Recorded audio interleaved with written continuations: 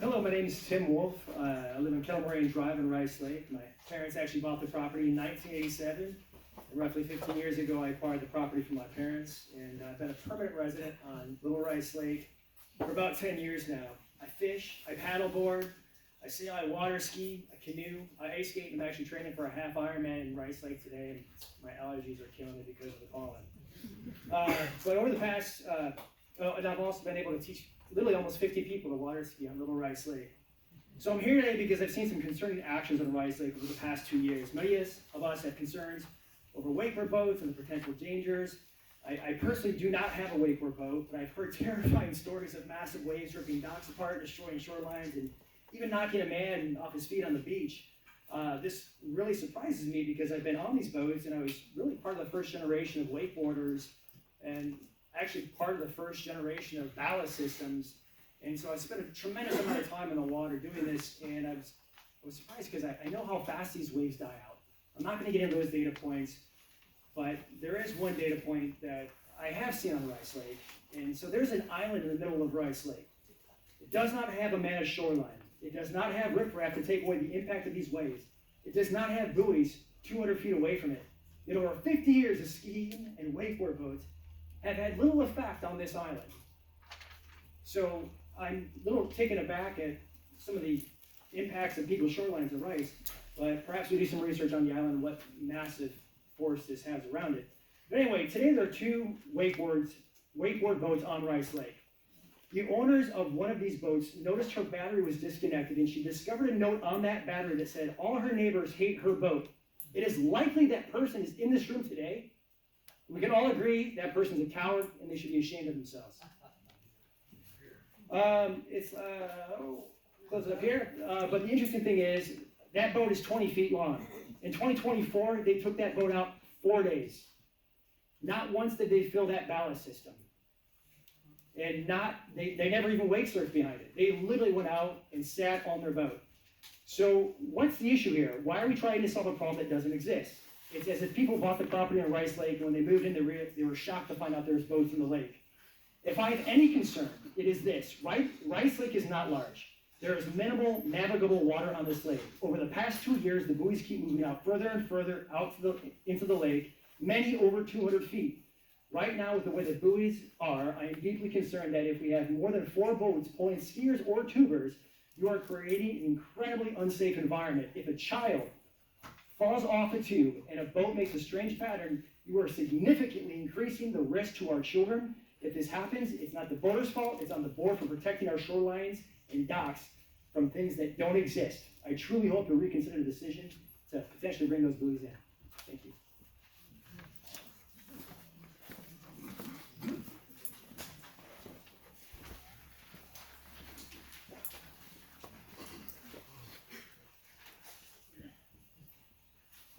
Good evening. I am Colleen Roy, and I live at N7350 Chapel Drive. I have had a wake surf boat on the lake since 2017, and my parents and my family have had a cottage since 2003. My parents, Ernie and Lillian Roy, have both been on the Lake Management Board and the GWLPOA. They have worked for many years to take care of the lake and all of the owners of the lake. I am here to voice my opposition to the proposed wake ordinance on Whitewater Lake. First, the ordinance is based on flawed assumptions. Recent data includes studies and wave measurements show that many boats, not just wake surf boats, can generate waves of similar size under the right conditions. Second, this ordinance targets one group unfairly, wake-enhanced sports. One example is wake surfing. It is growing in family-friendly recreational activities that bring people together and allow people with different abilities and disabilities to participate in this activity and support local businesses. It is not just fun, but it's about fairness also. Singling out wake surf boats when other boats can cause similar impacts is inconsistent and discriminatory. Third, a lack of evidence showing wake surfing can cause measurable harm on Whitewater Lake. We haven't seen clear local studies providing damage to the shoreline ecosystems or docks specific to wake surf activities. Decisions like this should be grounded in facts, not fear or anecdotal reports. If this was a clear-cut decision, then the state would have already imposed a restriction on wake-enhancing sports. Fourth, enforcement will be a problem. Determining whether a wave is over a certain height and using wake enhancement in real time puts unnecessary pressure on the law enforcement and opens the door to selective or arbitrary enforcement. Finally, let's consider the broader message this sends. Do we want Whitewater Lake to be known as a welcoming place for responsible recreation, or a lake that restricts access based on perception rather than science? Let's invest in education, respectful voting practices, and enforcement of existing rules before we impose new ones and restrictive ones. Thank you.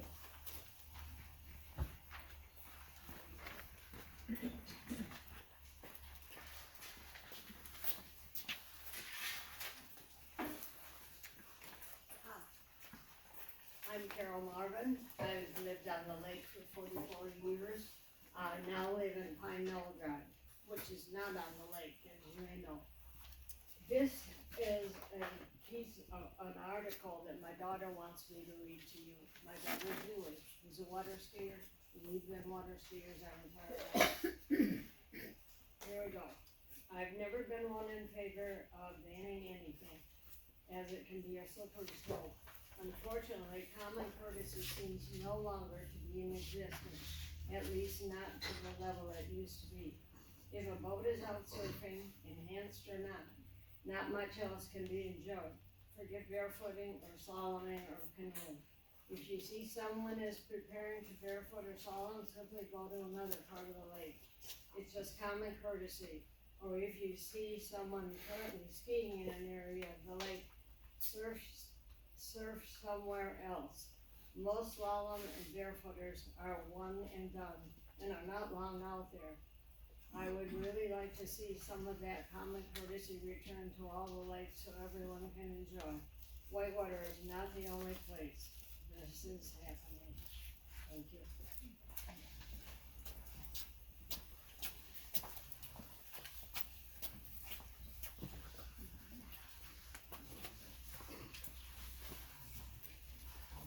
Hi everyone, my name is Claudia Bellinger. I'm at N7568 Ridge Road. We've been there 16 years. I'd like to start off by respectfully asking the board if any of you have read all or even any of the research on enhanced wake boating. I have 2 binders that I'm going to leave with you that encompass most of the available research on the topic, and I would like to respectfully submit them to the town board for their consideration in making this important decision.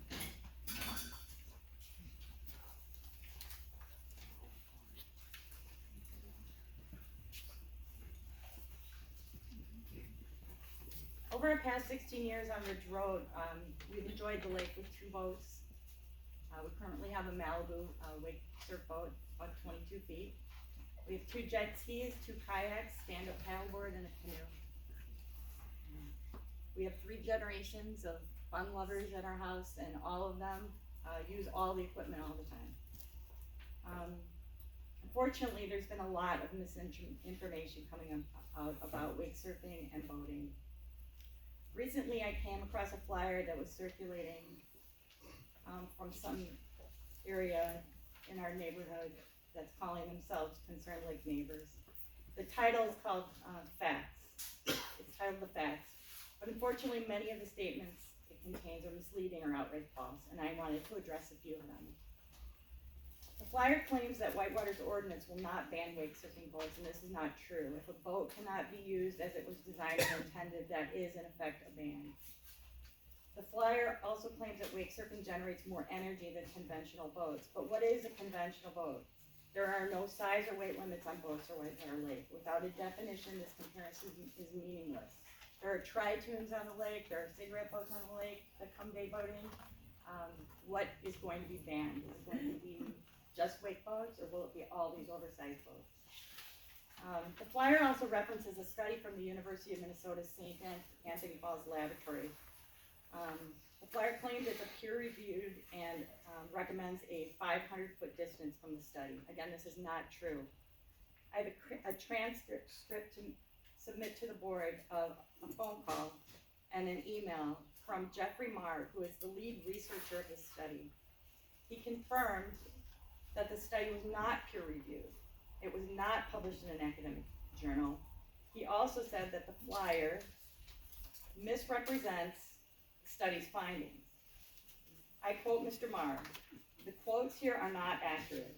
The talking points do not reflect the researcher's work.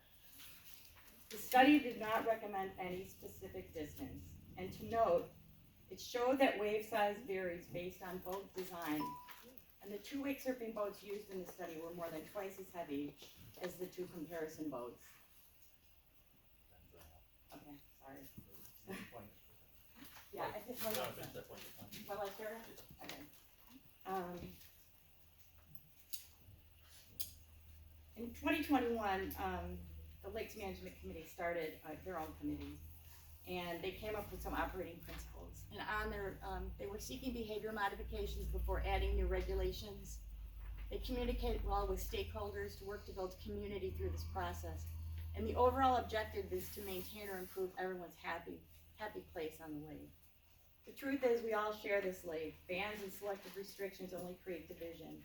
It's time to come together and focus on education, communication, and shared access for everyone who loves and respects Whitewater Lake. Stating that a compromise is not possible is not what we want for our lake. Thank you.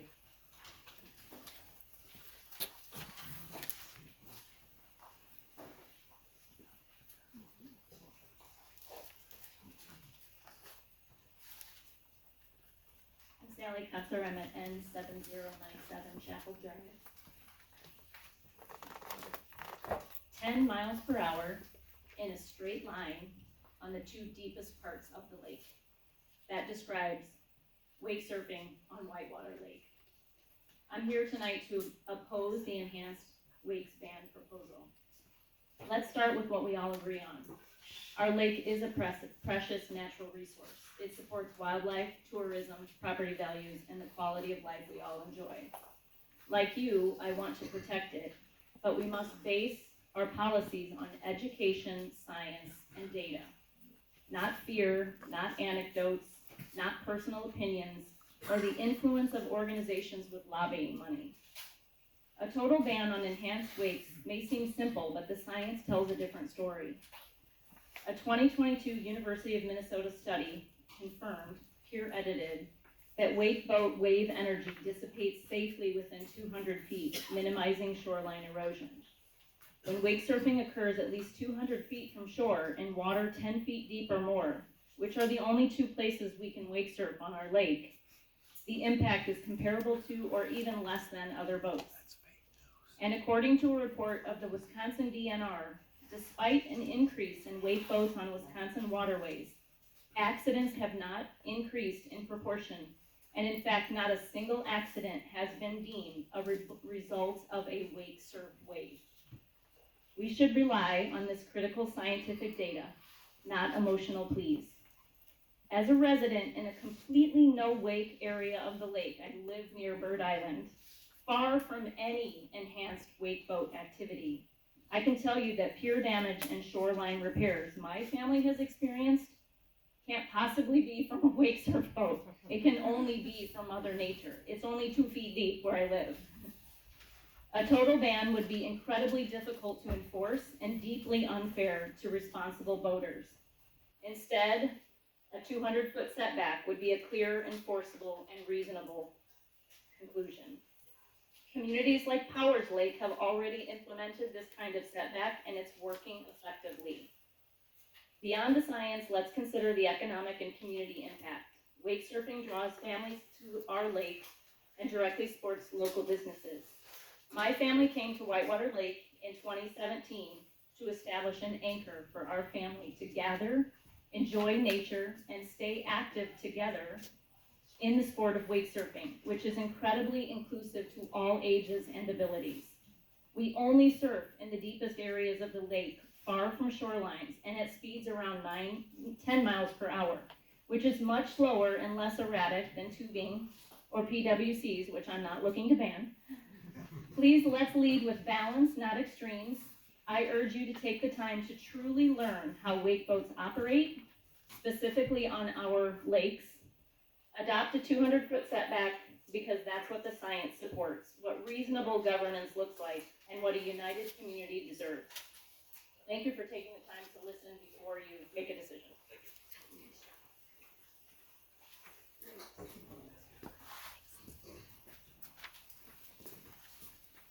Good evening. My name is Rich Gunter. I've lived at N7640 Ridge Road since 1996, full-time. I do not own a wake surf boat. I own a Malibu 3-event boat. And a pontoon boat. I promote all water activities, including wake surfing, which I seldom do because I'm a slalom skier and I like wakes about this big. One and done. I've been asked to discuss the wake surf issue and its possible impact on the lake water quality and possible impact on the lake bottom. Based on my lake testing experience and science background, in the late 90s we began a study of the lake. I organized the gathering of data on Whitewater Lake quality for the DNR and potential removal of the bogs, including water chemistry, turbidity, which is SDI, and clarity. With the help of the Badger High School applied biology class, we studied the lake bog area for 5 years. We found the repetitive cycles of the lake clarity and chemistry to be very predictable winter through fall. Chemical levels increase in the spring due to the runoff in lawns and fields. The turbidity or clarity is at its best in the winter and increases progressively through the fall due to boat traffic and the bogs rising. Clarity improves then in the fall to winter. The data submitted to the DNR for the permit to remove the bogs as a navigational issue was approved and has been removed on again and again. I remain on the bogs committee. There have been few studies done on lakes which are being correlated to Whitewater Lake and Rice Lakes. But since we have actual data on our lakes taken by the Wisconsin DNR in 2015 and 2021, I would like to discuss this data. The SDI, which is the silt density index, data showed an increase in the SDI from 0.63 to 0.81. The increase, however, was attributed to the increases in plant activity and actually found to decrease in the amount of aqueous soil suspension or silt.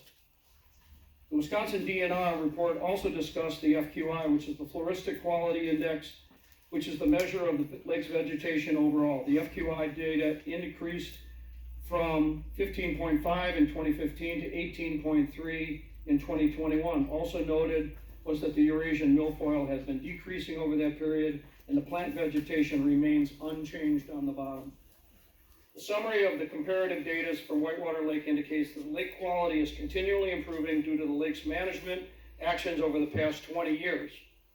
As we are here to discuss surf type boats that have been present and active for the past 10 to 15 years or more, from a data conclusion standpoint, Whitewater Lake has improved and has not shown any negative impact on the lake bottom, the water quality, from wake surf boats. Thank you.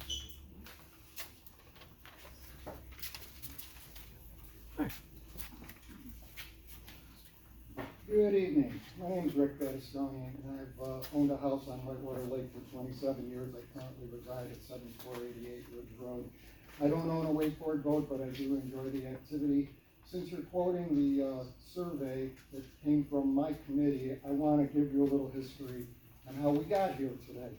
I became a member of the Wakes and Shoreline Erosion Committee in 2021, and from the start it was a bit of an unusual committee. Instead of being elected by the members, like most committees that I sit on, the chairs were appointed by the president, and she named her husband as to this position. It became immediately apparent that our committee had an agenda, and it was to find fault with wake surf boats. I'm in the medical field, and we use evidence-based decisions to treat patients, so I looked for evidence that these boats were a problem. We were first told that our shorelines and seawalls were being damaged by the waves created by these boats. So I talked to two companies that build and repair the seawalls and was told by both that it's primarily the ice that does the damage by displacing the lower level of rocks and not the waves. They're designed to take the waves.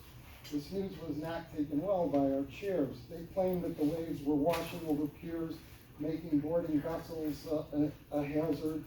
So another member of the committee and I designed a study where we took a fully ballasted wakeboard boat, ran it right along the buoy line, while I sat on 16 different piers around the lake, I'll give you a diagram, and measured the peak and the trough of the waves that resulted.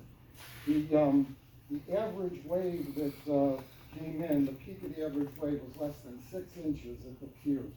But when I presented that data to the committee, I was told that the data was wrong and wouldn't be accepted. My own pier, which these boats go right past, is less than a foot above the water line, and I've never taken a wave over the top of my pier. It's never gotten me wet. One member told me that his neighbor had sustained thousands of dollars worth of damage to his seawall. So I asked him for a picture so we'd have evidence of that damage. No picture resulted. So I called him and asked him for the address so I could go and take a picture and get evidence. Nothing resulted. And he told me when I asked, quote, "We don't need evidence, we know what's causing the problem." I'm sure you've been given data from the survey that was done last year. When the original survey was put together by our chairs, the questions were so leading as to be laughable. We spent a lot of time as a committee rewriting the questions, and it was still, in my eyes, a biased survey. It was answered by only a third of the lake residents, and nothing was said about banning anything. We talked about further restrictions, limiting areas of the lake, limiting hours, but not a ban. Could I wrap up real quick? If I could just say, at our most recent meeting, scrubbing became an issue, but there's no evidence of that. So we talked about expanding the Own Your Wakes campaign. But as soon as you folks agreed to hold this meeting tonight, our committee was disbanded. And I think that should tell you everything you need to know.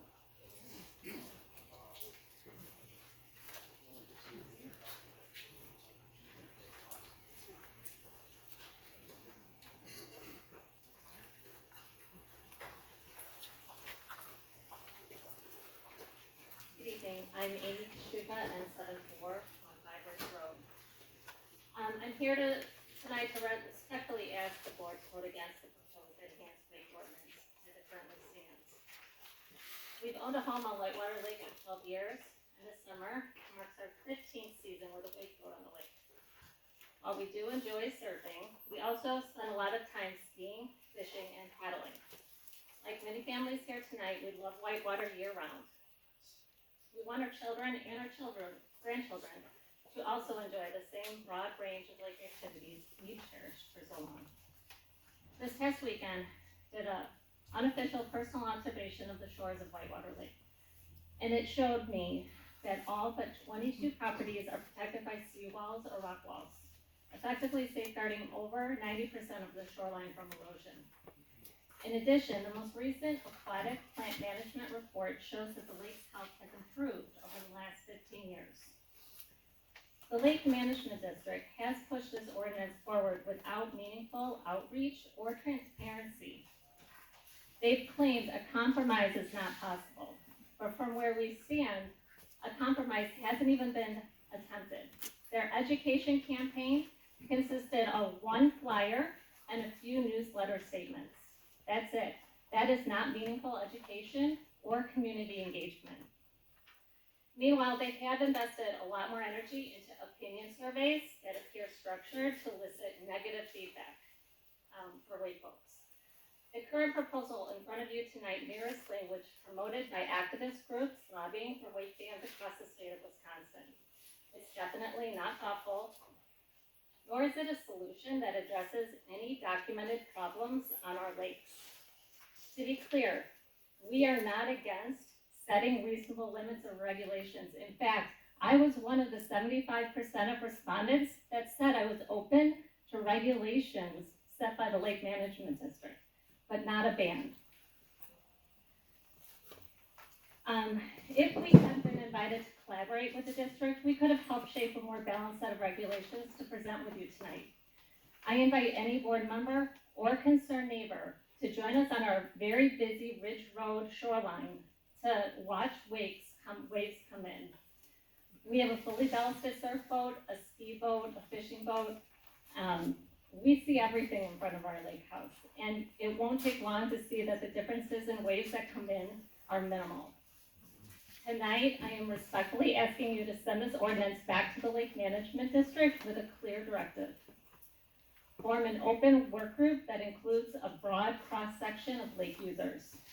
Collaborate on solutions that prioritize both environmental protection and recreational access, and rebuild trust through open discussion and science-based decision-making.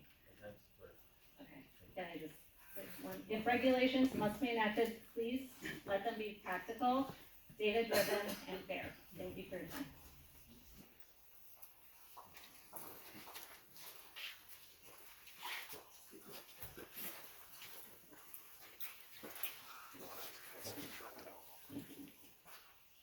Hello, my name is Dave Walder. My wife Kathy and my two sons Dave and Andrew were raised on Whitewater Lake. We've been here for 20 years.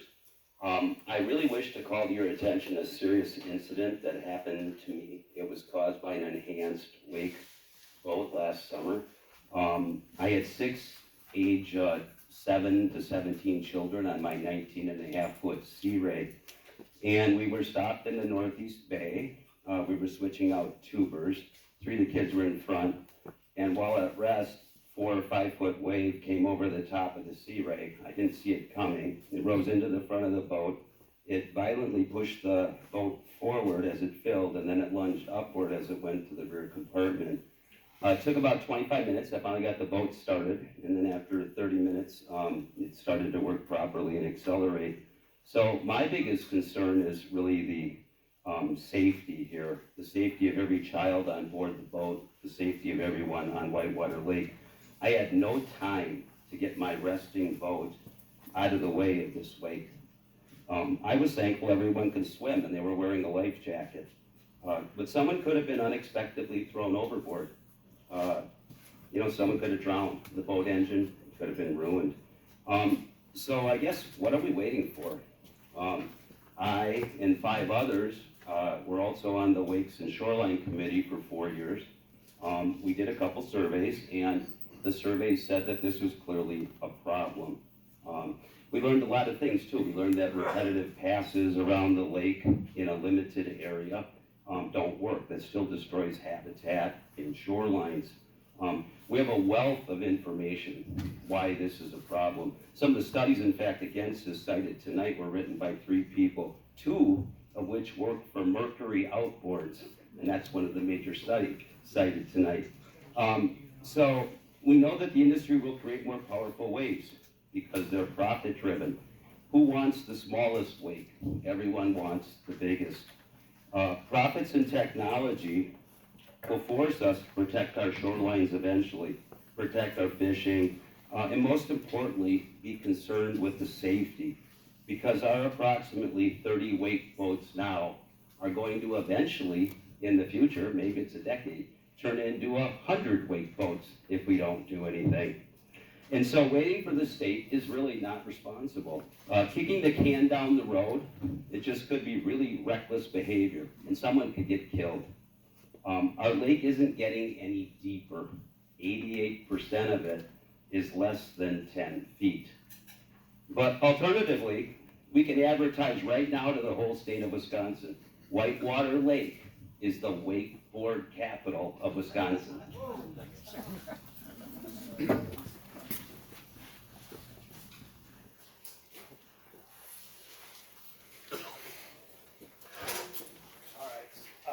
Ryan Kozak, I've been fishing this lake for